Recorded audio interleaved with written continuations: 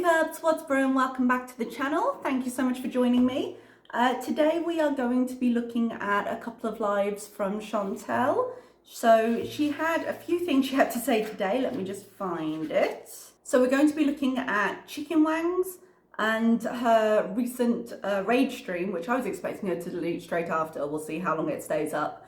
Amberlynn is an idiot and here's why. So pretty pointed. She also did an OnlyFans live, which we'll briefly mention because I saw a recap on Twitter, but she goes into most of the stuff she said here. So what was the point? Probably just the extra money from the memberships, but there we go. So Canada is currently experiencing outages with their internet provider, Rogers, I think it is. Apparently it's a really widespread provider and they're having big problems. So she was actually offline for a little while. She started to go live and then it just cut out. Now, while she was live, she was getting ready for this, this date she was going on, or hookup she was having with the young guy, the 22 or 23-year-old, we're not entirely sure which one is correct. So initially she had done the OnlyFans because, you know, she can't talk about that stuff. Oh, hang on. Sorry for the interruption. My school's seriously messaging me on WhatsApp and asking if I will help out with entrance exams this summer, even though I A, no longer work there, and B, they're messing me around with my paperwork. I will do a sit down and explain it maybe even today. But yeah, I'm just, no, sorry, won't be available. Happy Eid, bye. So initially this had all been on OnlyFans because, you know, she can't talk about this stuff on YouTube. However, OnlyFans is a very small audience for her. Apparently there were about 20 people in chat. She just doesn't get what she wants from OnlyFans. She doesn't get the hit of attention. And it's all just an excuse to have another income revenue from a different service and a different site, but she inevitably goes on and talks about it on YouTube because she gets the hit of attention she wants. To me, if all she's going to do on OnlyFans is talk about the same stuff she talks on YouTube, I certainly wouldn't waste my money, but everyone's money is theirs. They can do what they want with it. But basically, in the OnlyFans, if you want all the gory details, he was already hard when he got there. They had sex 3 times, but weirdly, he was so big that she actually bled, which doesn't seem sexy to me at all. And she, when she's talking on YouTube, she occasionally goes like, "Oh, ow, oh no, it hurts. Oh, can I ice it?" That kind of stuff. And I'm like, that doesn't sound like you had a good time, my friend, like at all. And so if you are bleeding, why are you doing it 3 times? And I have a lot of questions. I suspect the answer might be he's not real, but even if he is real and this isn't an act, doesn't seem like you had a good time. Doesn't seem like something to brag about. But we'll get more into that when we go into the YouTube of it all. Speaking of that, so she then uploaded, once the internet had come back, chicken wangs, because she was making chicken wings. You get it? You get it? She's so clever. So it turns out he lives really close, so she picked him up and dropped him off. So she brought him to her house. Now, Pete's is there, which, awkward, but Pete's is there, so I suppose kind of safe, but I would not want to be bringing random hookups back to my place. I'm like, find a place for that. And she does mention it somewhere near the end of the stream. She's like, I think I would prefer hotels for this. And I'm like, yeah, fair. I think that's better. But she drove him because he was close. She says, look, it's not a date, we just hooked up. So I guess she's realized that. And then she says she kind of preferred the sex with Tony. Remember Tony, whose penis she talked down so much? Him, she preferred sex with him. She also says that being with this guy, who she repeats again and again, he's so hot, he's so hot, he's so hot, made her feel fat, old, and out of shape. I'm like, well, yeah, being with a super hot person who's half your age will probably do that. She says she doesn't have the energy anymore. And then she starts talking about him because she's trying to defend it. She's like, no, he's not young in the head. You know, he doesn't feel like he's 22. He's not young in the head. And I'm like, basically, like, how would you know? And I don't see that as a defense. It's like, oh no, super mature for their age, just again, sounds a bit creepy. But they can't communicate. They're having to use an app. And I'm not digging at anyone for not knowing the language, you know, but I doubt they had any super deep and meaningful conversations if they're having to translate every single sentence the way she says they're needing to. So when you're there going, no, great conversations, but you know, he's really mature for his age. how are you passing that? How are you coming to that conclusion? Because it doesn't seem like you can communicate very much. Body language, remember? And then this BS again, other cultures are more mature. That's actually, in my experience of other cultures, not been the case. It's a massive generalization. All people are different. But if anything, I would say the other way, because generally kids here are so cosseted, it ends up taking a while for them to be more adult about certain things. Now, as I said, massive generalization, but I wouldn't say that any particular culture is more mature than another. It depends on your life experience. And I do interact with very privileged kids, because that's the nature of the game when you're talking about working in the kind of schools I work in. The kids who go there have the money to go there, and so they are very privileged. So it could be entirely that my vision of that is skewed, but dealing with young parents, dealing with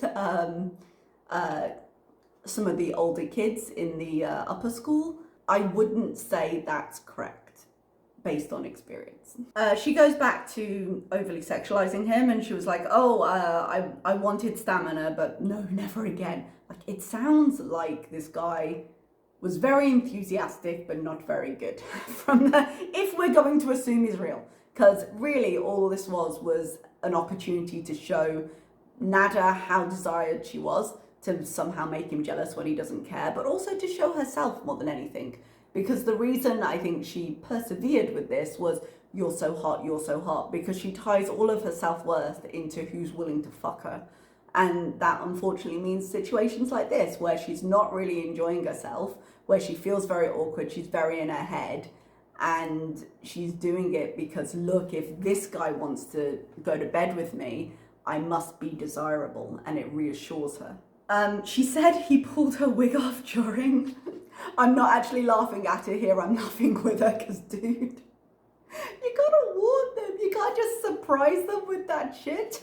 Like, especially like if it's a hookup, I understand it being a super awkward conversation to just suddenly bring in when you don't know each other very well, especially if they're having kind of limited conversation because of the translation. But dude, you gotta warn them, because if you're getting hot and heavy, like these things are gonna happen. You can't just, surprise. I got the sense she hadn't told him, which, given their plans for the evening, I understand the awkwardness, but was a little odd. Like, you must have known it was going to be an issue. Come on. But laughing with her, not at her. Like, the struggle is real. I get it. She does say that during, she was just like, you're so hot, so hot. And he was like, thank you, which again sounds very awkward. It's like someone going, I love you, and you going, thanks. Let's be polite, but also... And, I'm happy at my age. The older, the wiser. Really? Really? I'm no longer laughing with you. Really? The older, the wiser? Where? And then she just reiterates, she goes downstairs at some point, she reiterates that she's uncomfortable. She's asking if she can ice herself. Like, no, it doesn't seem like she had a very good time. She admits that she didn't finish herself, and then starts making excuses. Or no, I have to be really comfortable. I was really in my head. I was a little worried about maybe Pete's hearing. It just doesn't, it seemed to have gone fine for him and not particularly fine for her. But the point of the whole thing, like I said, was to make Nada jealous. So it doesn't really matter. She does give us a brief tour of the villa because it's so clean. And her room, because she wants to prove that the used condoms are on the floor, which, by the way, I realise that they're there purely for show. They're for the theatre of the internet. But who leaves a used condom in the middle of the floor on carpet? Who does that? At this point, I would not be shocked. I was kind of shocked that condoms were suggested, but because I didn't expect her to use them. But at this point, if this actually happened, I wouldn't be surprised if she went into the waste paper basket and just put them on the floor to prove to us that it did. And then, no, sorry guys, sorry. Complete accident. No, that's a pack of condoms on the bed because I use condoms. And look, here's the used condom to prove it happened. Like, she very much knew that no one would believe her and was desperate to prove it. So she ruminates a little bit on how she doesn't want the attachment. She thinks, you know, if she'll just hook up, she'll do this, and it was nice to not have to stress about him being there afterwards. But at the same time, she's sort of fantasizing about being married and having a guy come up to see her at the computer and been like, when you're done, we'll go to bed. And this very kind of romance novel-esque, oh, the beautiful life of being married. This isn't talking specifically about this guy, but in general. So she still doesn't really know what she wants. She wants to be the bad girl who lives the wild lifestyle and look how cool I am, look how desirable I am to other men. And we went through this way back at the beginning of Tinder Talks when, before Nada was introduced, we went through the same thing where it's look how wild and sexy I am.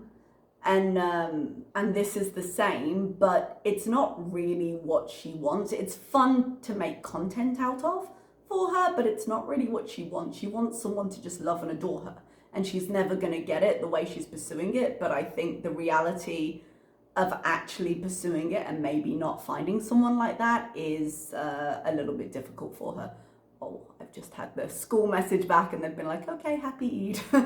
I'm glad they didn't push me on that.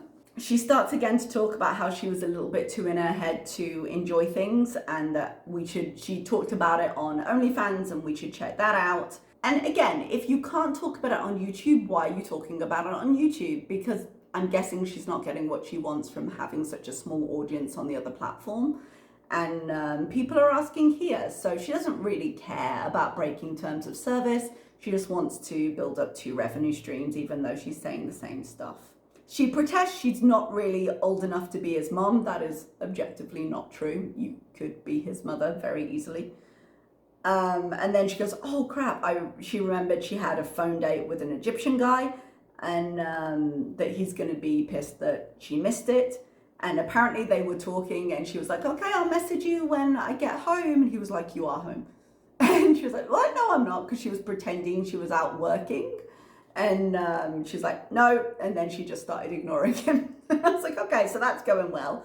Already lying to him about your job. And I get that it's a big thing to explain, and the first thing any sane person would do would then be to go check out her channel. So I get her not necessarily saying it, but I just thought it was funny that he was like, so he might already know about it, or she just might not be as good at lying as she thinks she is. So then we go on to the rage of Amber Lynn. So it's actually, there's not that much to explain, but Amber Lynn went into Nada's chat or comments, I think it was chat, and basically apologized to him for calling him a narc because apparently her therapist said she should. Which, if real, is a little bit bizarre in the way she's choosing to do it, but I don't for a second think it's real. I think that Amber Lynn recognizes that she's not getting as much chatter about her as she used to. She's doing the same things that used to get her a lot of views and used to get her a lot of attention. And again, it comes down to attention. And people just don't really care anymore. And that's the kind of boat they're in with Chantal as well, where that tide is turning. But I think Amber Lynn was just looking for a quick way to make herself more relevant again. Because in the girl world, I think people talk more about Chantal than they do about her now. So this whole weight maintenance journey she's currently on isn't interesting people the way it used to. And so she's like, I know, I'll insert myself in this a bit. It'll just get a little bit of talk generating around me and we'll move on. Amber Lynn actually has already won with whatever her motivations were. She's already kind of won because all she wanted was the talk. And if people support her, then great, she's got support. For being such an open-hearted person who's really working at therapy, you guys. Or if people don't support her, then it just gives her another opportunity to tell people how disrespectful they are and how she's such a victim and how she's working on her mental health and that's what you guys want. And then you just criticize her because she gets more hate than anyone else online. So regardless of which way the audience responds here, it doesn't matter. She's going to get exactly what she wants. And Chantal lost her ever-loving mind about it, which she messaged Amber Lynn to be like, hey, what the hell? And Amber Lynn gave her the story about the therapist, so it's confirmed that it was real. It wasn't just a troll pretending to be Amber Lynn. And it all seems pretty unnecessary to me, but there we go. That is the world of internet drama. So Foodie is angry. She's insulting Amber Lynn the same way she always does whenever she loses it with someone, exactly the same thing. But as always, one angry thing turns into every angry thing because she's got no emotional regulation. So the talk about Amber Lynn turns into the talk about YouTube and how she hates everyone on here, turns into her anger at Nada and everything going on with Nada and Didi. So that's kind of where we get to here. One thing in relation to that, because I'm not going to go into all the same stuff again, she's still insulting both of them, which we knew would happen. But during the OnlyFans, apparently she got in contact with Nada and was like, oh really, you're going to make a move against me and I have all these receipts. She still hasn't shown what these receipts are, but there seemed to be confirmation that there'd been no kind of official legal action on either side. And she does say at some point in her rage, you're going to move against me, I will go to that police station, which seemed to imply that she hadn't, or maybe she's considering the probation officer and the actual police as separate, because she was feeling more vindictive. She just went to the probation officer before, if she went. So it does cast doubt on a lot of stuff that potentially had happened yesterday, because she didn't confirm what she had done yesterday. She just said, I've been advised not to talk about it, which implied that she had gone down some kind of legal road or made some kind of report, but had not been confirmed. So technically she didn't lie, which is a technicality she loves to hold on. So that's where we are with that. Basically, it all became Nada rage again, and I was like, yeah, okay, whatever, we'll see. This will never end. And that's where we are. So nice and short today, but if you wanted to get caught up, I hope that was helpful, and I will see you next time. Thank you so much.